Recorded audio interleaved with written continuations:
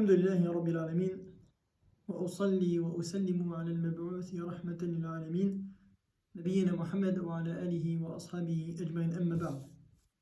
Marhaban, bienvenue mes frères et sœurs, qu'Allah vous préserve et qu'Allah vous accorde une science profitable pour ce cours de la semaine sur les 4 règles de l'imam al-Mujaddid Muhammad ibn Abdul Wahhab rahimahullah ta'ala.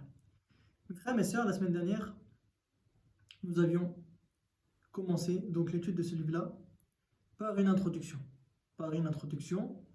concernant la croyance et aussi concernant donc cet imam-là.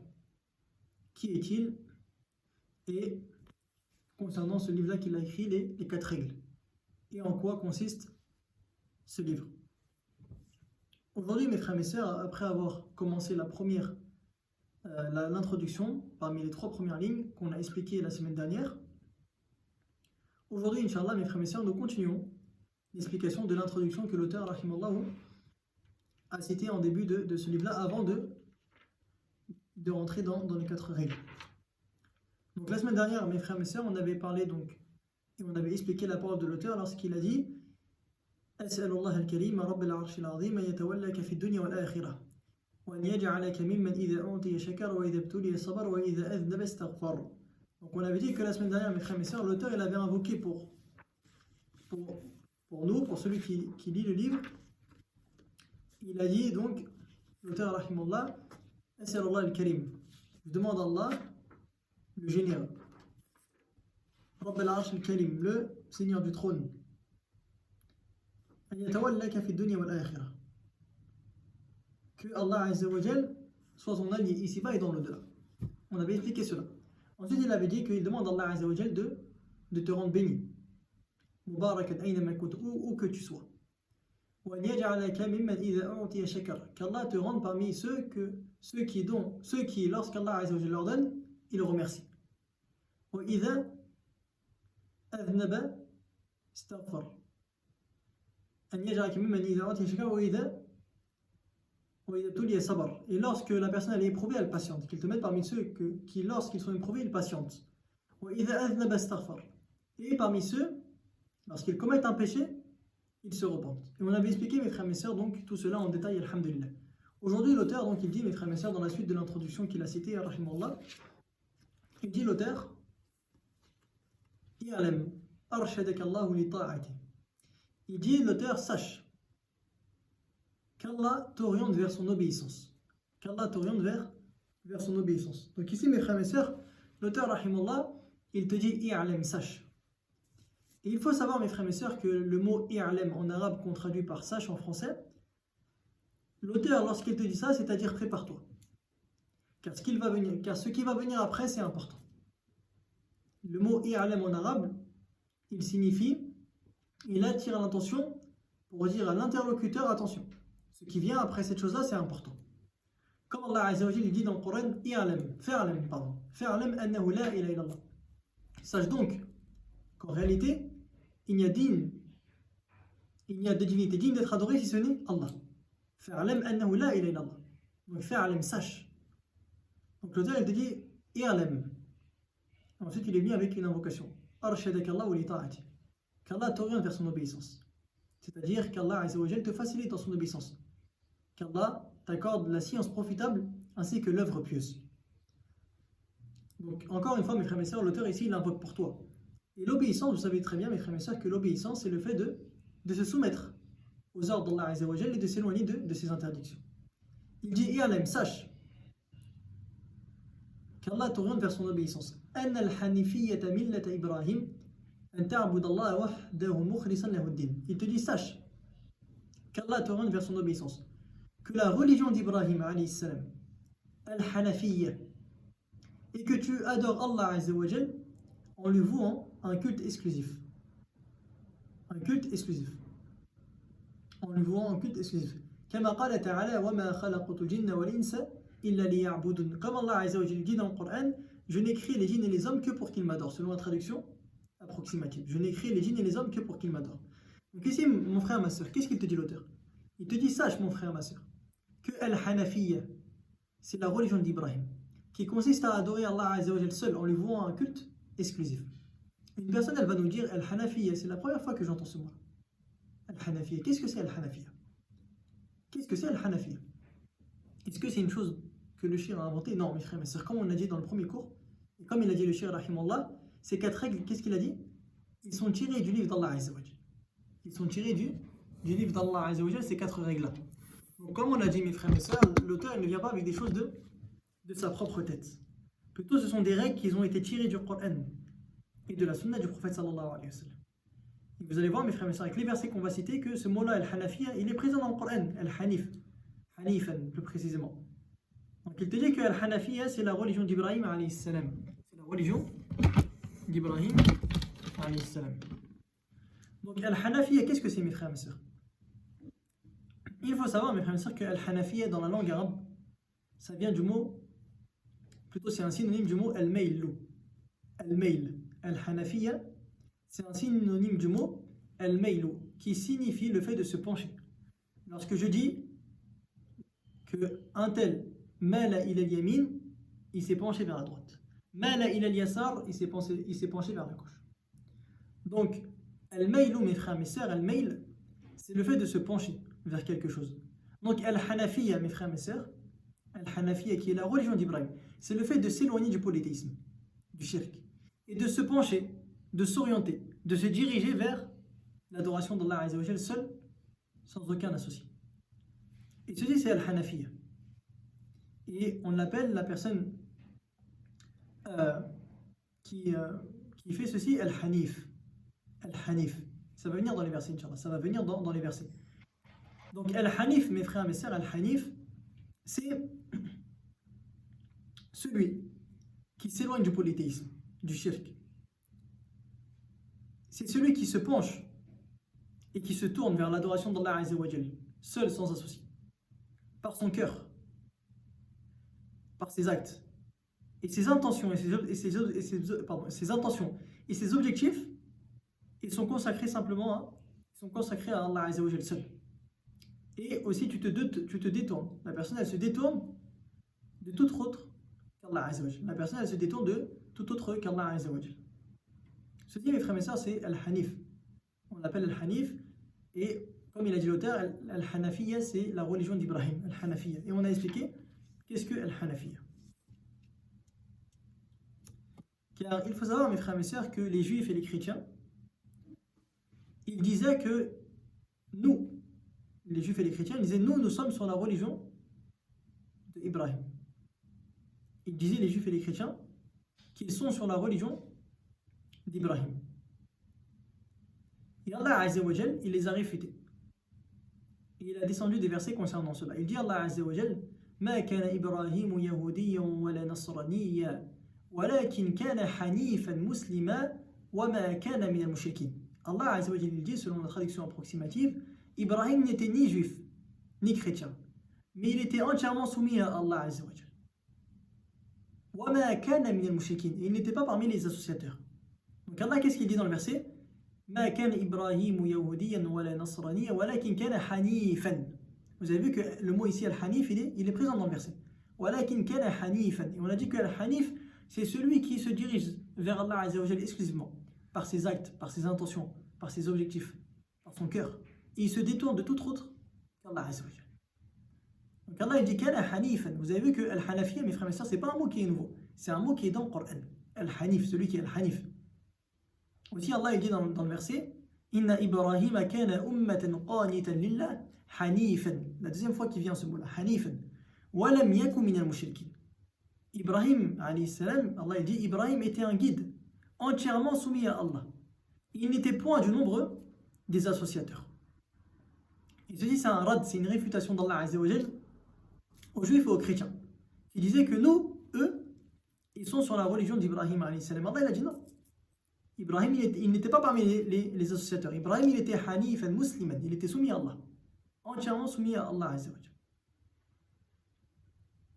Et aussi, mes frères et sœurs, dans le verset, dans Surat Al-Bayyina, وَمَا أُمِرُوا إِلَّا لِيَعْبُدُوا اللَّهَ مُخْلِصِينَ لَهُ الدِّينَ حُنَفَاءَ. Hunafa, ici, c'est le pluriel du mot hanif. Hunafa.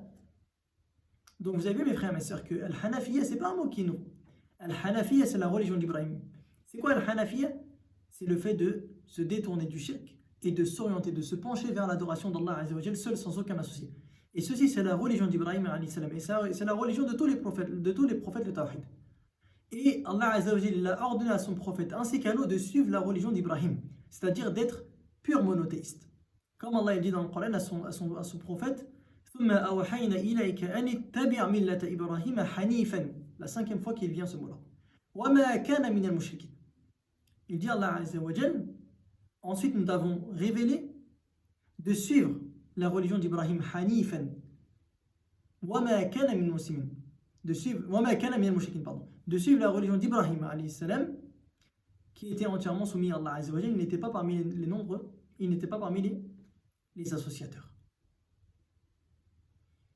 Donc, mes frères et mes sœurs, dans ce paragraphe-là, on en tire que Al-Hanafiya, c'est la religion d'Ibrahim alayhi salam, et que Al-Hanafiya, c'est le fait de se détourner du shirk et de s'orienter, de se pencher vers l'adoration d'Allah Azza wa Jal seul sans aucun associé. Et on a été ordonné de suivre cette voie-là. Et Ibrahim alayhi salam, mes frères et mes sœurs, c'est le père des prophètes. Ibrahim, c'est le père des prophètes. Et nous avons été ordonnés de suivre la voie d'Ibrahim alayhi salam. Donc les prophètes, mes frères et mes sœurs, ils sont tous unis sur le même message, c'est le tawhid. Même si les législations, elles sont différentes. Les jugements, les législations, elles sont différentes. Le message, il reste le même, c'est le tawhid. Le message, c'est le même. Tous les prophètes, ils sont venus avec le même message. C'est le tawhid. Le fait d'adorer Allah Azza wa Jal seul, sans aucun associé, et de s'éloigner du shirk et du taghut. C'est le même message, même si les jugements, les ahkam, les législations, elles sont différentes, ils ont tous le même message. Il dit ensuite l'auteur, mes frères et mes sœurs,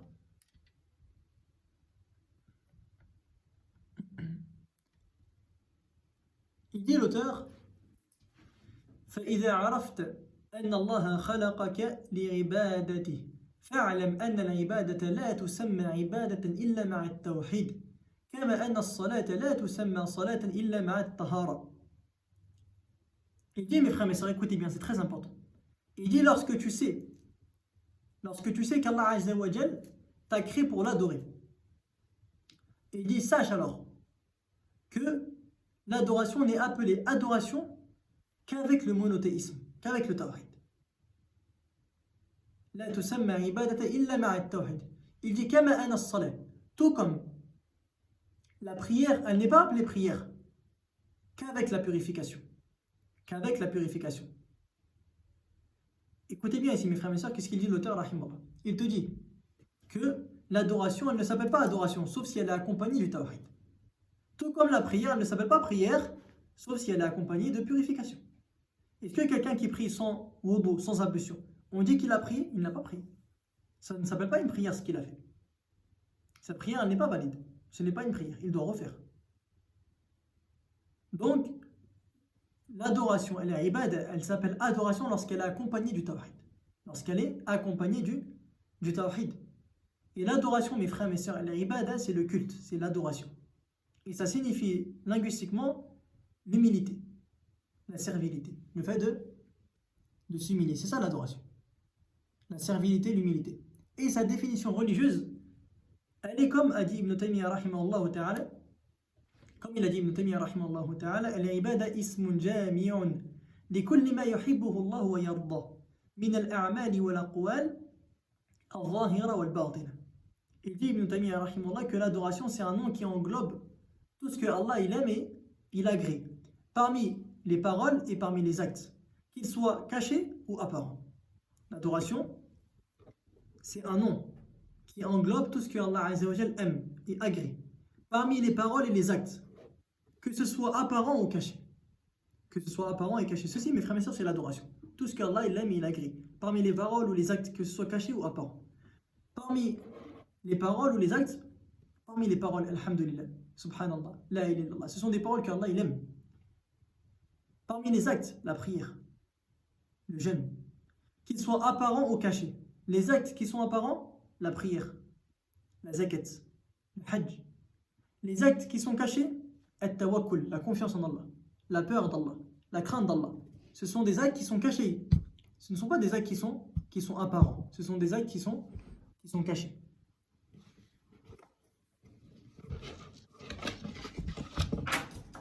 sont des actes qui sont cachés. La peur, la crainte. Lorsque tu as peur d'Allah, c'est une adoration du cœur. Lorsque tu as confiance en Allah, c'est une adoration du cœur. Donc ceci, mes frères et mes sœurs, c'est l'adoration. C'est l'adoration. C'est tout ce qu'Allah Azza wa Jalla, mais il agrée parmi les paroles et les actes, que ce soit une chose qui est apparente ou cachée. Et cette adoration-là, elle ne s'appelle pas adoration, sauf si elle est accompagnée de tawhid. Qu'avec le monothéisme. Elle s'appelle une adoration qu'avec le monothéisme. Celui qui fait du shirk, celui qui adore autre qu'Allah, ou celui qui adore Allah et autre qu'Allah, on ne dit pas qu'il a adoré Allah. Il n'adore pas Allah. On ne dit pas qu'il est en adoration. Il n'est pas en adoration. L'adoration, c'est spécifique pour celui qui adore Allah Azza wa Jalla seul, sans aucun associé. C'est pour ça, mes frères et sœurs, qu'il dit Ibn Abbas, il dit Ibn Abbas, tout ce qui a été rapporté dans le Coran concernant l'adoration, c'est le tawhid. Tout ce qui a été rapporté dans le Coran concernant l'adoration est le tawhid. Donc lorsque tu vois un ordre dans le Coran qu'Allah il dit Ya ayyuhan nas u'budu rabbakum, ô vous les hommes, adorez votre Seigneur qui vous a créé. Lorsque tu vois dans le Coran qu'Allah Azza wa Jalla il t'ordonne de l'adorer, sache que c'est un ordre du tawhid. Allah il t'ordonne de l'adorer sans aucun associé. Seul, sans aucun associé. Donc c'est un ordre du tawhid. C'est pour ça qu'il dit Ibn Abbas, tout ce qui a été rapporté dans le Coran concernant l'adoration est le tawhid. Et le tawhid. Et comme on l'a dit mes frères et mes sœurs, le serviteur, il n'est considéré comme un serviteur que s'il est sincère dans son adoration envers Allah. Que s'il est sincère dans son adoration envers Allah. Et celui qui n'adore pas Allah, mes frères et mes sœurs, ou celui qui adore Allah Azza wa Jalla avec un autre, il est autorisé de dire qu'il n'est pas un adorateur d'Allah et qu'il n'adore pas Allah. On dit de celui qui adore autre qu'Allah qu'il n'est pas un adorateur. Et celui qui adore Allah et un autre, on dit qu'il n'est pas un adorateur. On dit que lui, il n'adore pas Allah. L'adoration, c'est spécifique. Et elle s'appelle adoration qu'avec le tawhid. Qu'avec le tawhid. Il dit, mes frères et mes sœurs, فإذا دخل الشرك في العبادة فسدت كالحدث إذا دخل في الطهارة. Il dit l'auteur, lorsque le shirk, le polythéisme, il rentre, il se mêle à l'adoration, alors il la corrompt. Lorsque le shirk se mêle à l'adoration, il l'annule. Lorsque le shirk se mêle à l'adoration, il l'annule, il la rend vaine, l'adoration. Il dit, écoutez bien, comme l'impureté, comme el hadith, lorsqu'il rentre dans la purification, lorsqu'il se mêle à la purification. El hadith, c'est la chose qui annule les ablutions. Et lorsque tu es en état de purification et que tu commets un annulatif des ablutions, ta purification ici, elle n'est plus valide. Il faut que tu refasses les ablutions. Tu n'es plus en état de purification. C'est pareil pour le shirk lorsqu'il se mêle à l'adoration. Lorsqu'une personne, elle commet du shirk dans son acte, dans son adoration, alors ça la corrompt. Et ça l'annule tout comme el hadith, il annule l'état d'ablution. Donc ceci, mes frères et mes sœurs, c'est ce que l'auteur a dit, rahimallah. Donc il a comparé cela à la prière, afin que tu comprennes que l'adoration, elle ne s'appelle pas une adoration que si elle est accompagnée du tawhid. Tout comme la prière, elle ne s'appelle pas une prière si elle n'est pas accompagnée de purification. Et ensuite, il t'a dit que lorsque le shirk qui rentre dans l'adoration, il se mêle à l'adoration, il l'annule, il la rend vaine. Tout comme al-hadith, lorsqu'il rentre dans la purification, il l'annule. Donc ceci, mes frères et mes sœurs, c'est pour t'expliquer et pour que tu comprennes l'importance du tawhid. Pour que tu comprennes l'importance du tawhid. C'est pour ça que l'auteur dit au début فَإِذَا عَرَفْتَ, lorsque tu sais qu'Allah t'a créé pour l'adoration. Il dit ensuite, mes frères et mes sœurs, l'auteur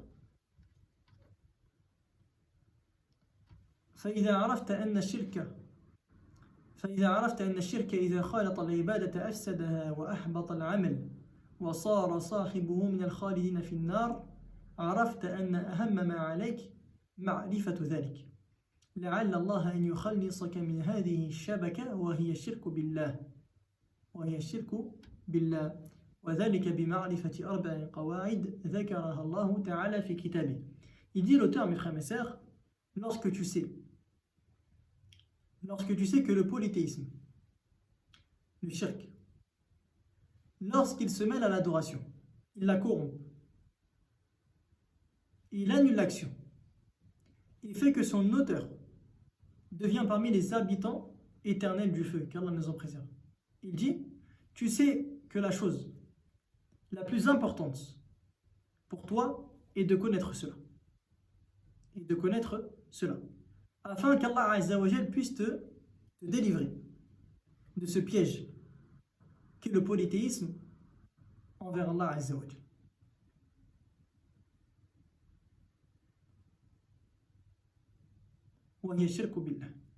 Il dit ensuite l'auteur, et cela se fait par la connaissance de 4 principes, de 4 règles que Allah Azza wa Jal a mentionnées dans son livre. 4 règles qu'Allah Azza wa Jal a mentionnées dans son livre. Donc ici, mon frère, ma sœur, il te dit l'auteur, rahimullah, que le shirk, lorsqu'il se mêle à l'adoration, il la corrompt, annule l'action, et fait que son auteur devienne parmi les habitants éternels du feu.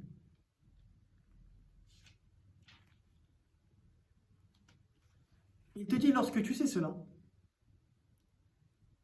alors tu sais que la chose la plus importante pour toi, c'est de connaître cela. C'est de connaître cela. Pourquoi? La ilallah. Pour qu'Allah Azza wa Jal te sauve de ce piège-là qui est le shirk. Qu'Allah te sauve et t'éloigne de ce piège-là qui est le shirk. Donc il faut que tu connaisses qu'est-ce que le tawhid. Il faut que tu connaisses qu'est-ce que le shirk pour t'en éloigner. Il faut que tu connaisses qu'est-ce que le tawhid pour l'appliquer. Afin qu'Allah Azza wa Jal te sauve de ce piège-là, comme il a dit l'auteur, ce piège qui est le shirk. Qu'Allah te sauve de ce piège-là qui est le shirk. Il dit, et cela se fait par la connaissance de 4 règles qu'Allah Azza wa Jal a citées dans son livre.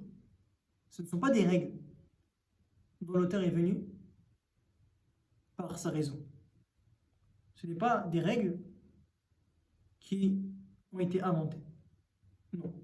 Ce sont des règles qui sont tirées du livre d'Allah Azza wa Jal, comme il dit l'auteur. Comme il dit l'auteur. Donc, mes frères et mes sœurs, le problème aujourd'hui, c'est que nous, on n'a pas donné assez d'importance au tawhid. Et on ne connaît pas réellement qu'est-ce que le tawhid. C'est pour cela qu'aujourd'hui, tu trouves parmi les paroles qui sont indécentes, des gens qui te disent encore le tawhid. Tous les jours le tawhid. Encore le tawhid. Dans les mosquées, à la maison. Pourquoi? Parce qu'ils n'ont pas compris qu'est-ce que le tawhid. Ils n'ont pas compris qu'est-ce que le tawhid.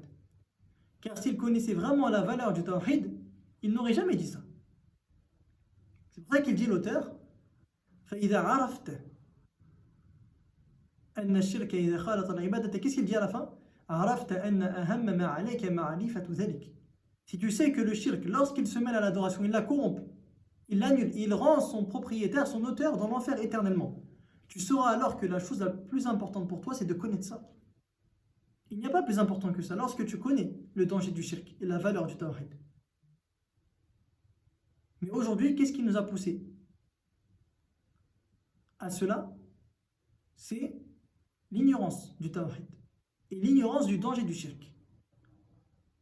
Ça a mené des personnes à dire encore le tawhid, alors que c'est la base. C'est ce pourquoi les prophètes ils ont été envoyés. Et les livres ils ont été descendus pour cela. Allah il a descendu les livres et il a envoyé les messagers pour concrétiser le tawhid. Allah il a créé la création pour qu'ils adorent Allah seul, Azza wa Jal.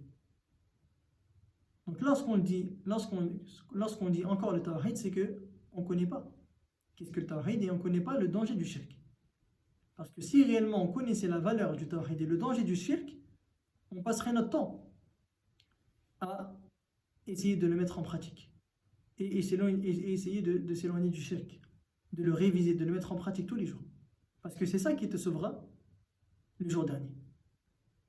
Peu importe qu'une personne elle vienne avec des montagnes de prières, des montagnes de sadaqat, des montagnes de hajj, qu'elle a accomplies.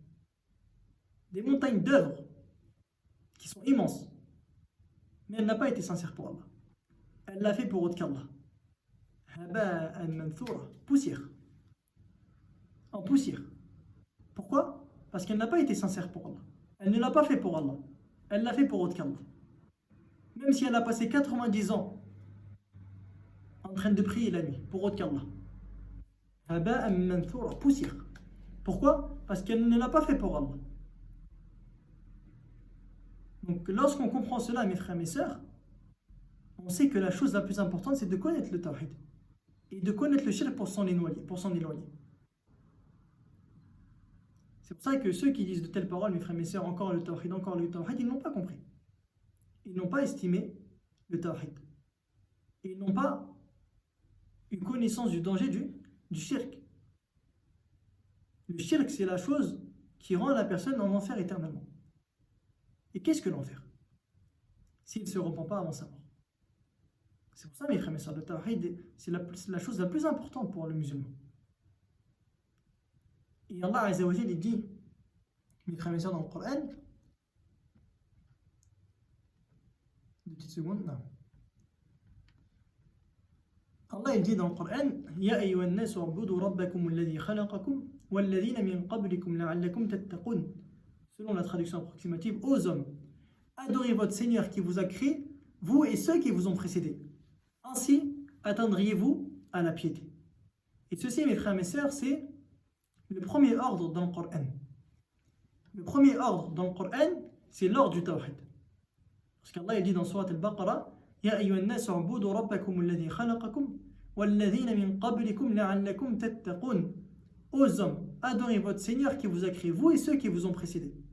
Ainsi atteindrez-vous à la piété. C'est le premier ordre dans le Coran, mes frères et mes sœurs.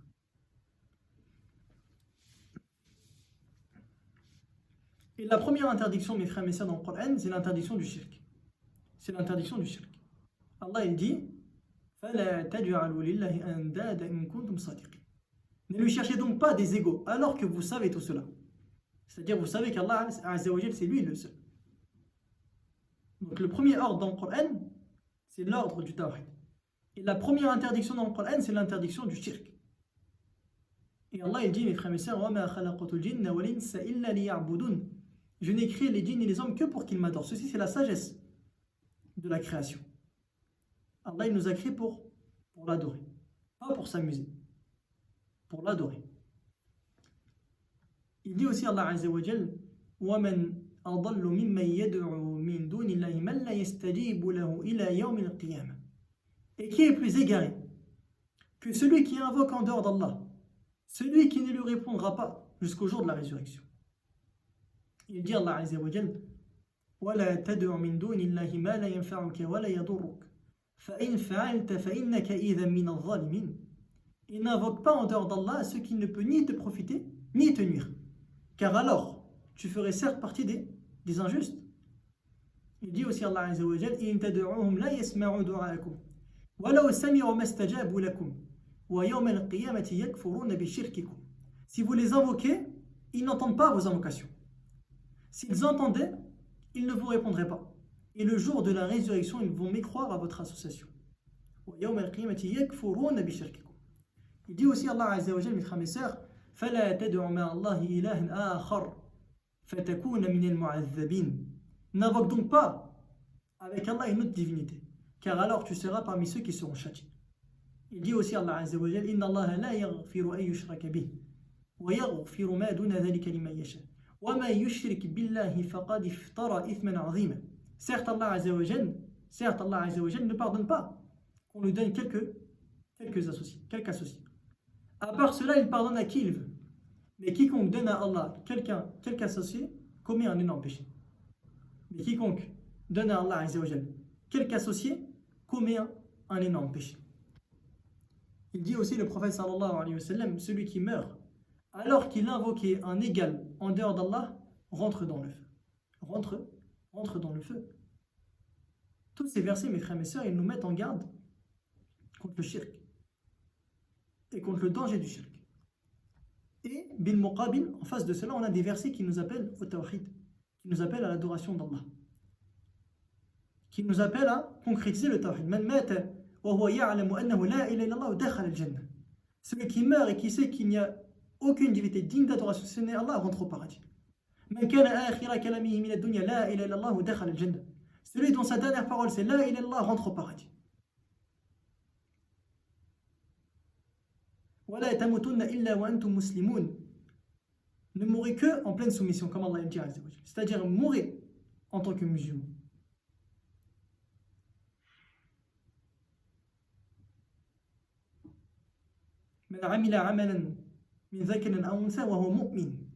Celui qui fait une œuvre parmi les hommes ou les femmes, qu'il soit un homme ou une femme, et il est croyant, c'est la condition.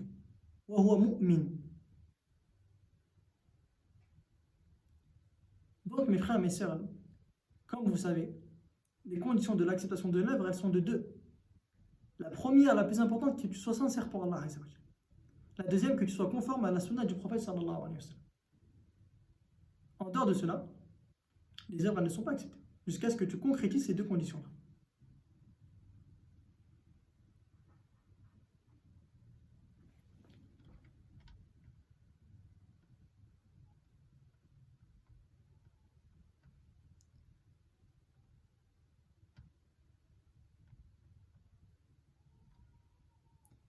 J'ai eu un doute sur le verset. Le verset c'est Man amila salihan. J'ai oublié le mot salih. Man amila salihan min dhakarin aw untha wa huwa mu'min. Celui qui fait une œuvre pieuse. Min dhakarin aw untha, que ce soit un homme ou une femme. Wa huwa mu'min, il est croyant. Et comme on l'a dit, une œuvre pieuse, c'est une œuvre qui a concrétisé deux conditions. La sincérité pour Allah et la conformité au prophète sallallahu alayhi wa sallam. Ceci, mes frères et mes sœurs, c'était le cours d'aujourd'hui. Et Inch'Allah, mes frères et mes sœurs, la semaine prochaine, nous rentrons dans les 4 règles. Donc il nous reste 2 cours avant Ramadan. Inch'Allah, le prochain cours, on prendra 2 règles. Et le dernier cours, Inch'Allah, qui est dans 2 semaines, on prendra les 2 dernières. Par cela, on aura fini ce livre-là, de cet auteur-là, Rahimallah, qui est d'une importance capitale, mes frères et mes sœurs. Et ceci, c'est un livre, mes frères et mes sœurs, pour les débutants. C'est un livre par lequel on commence pour connaître le tawhid et connaître le shirk. Et pour concrétiser le tawhid. On demande à Allah Azza wa Jal, mes frères et mes sœurs, de nous accorder une science profitable et de nous accorder l'œuvre après avoir su. سبحانك اللهم ربنا وبحمدك أشهد أن لا إله إلا أنت أستغفرك وأتوب إليك والله أعلم وصلى الله وسلم على نبينا محمد.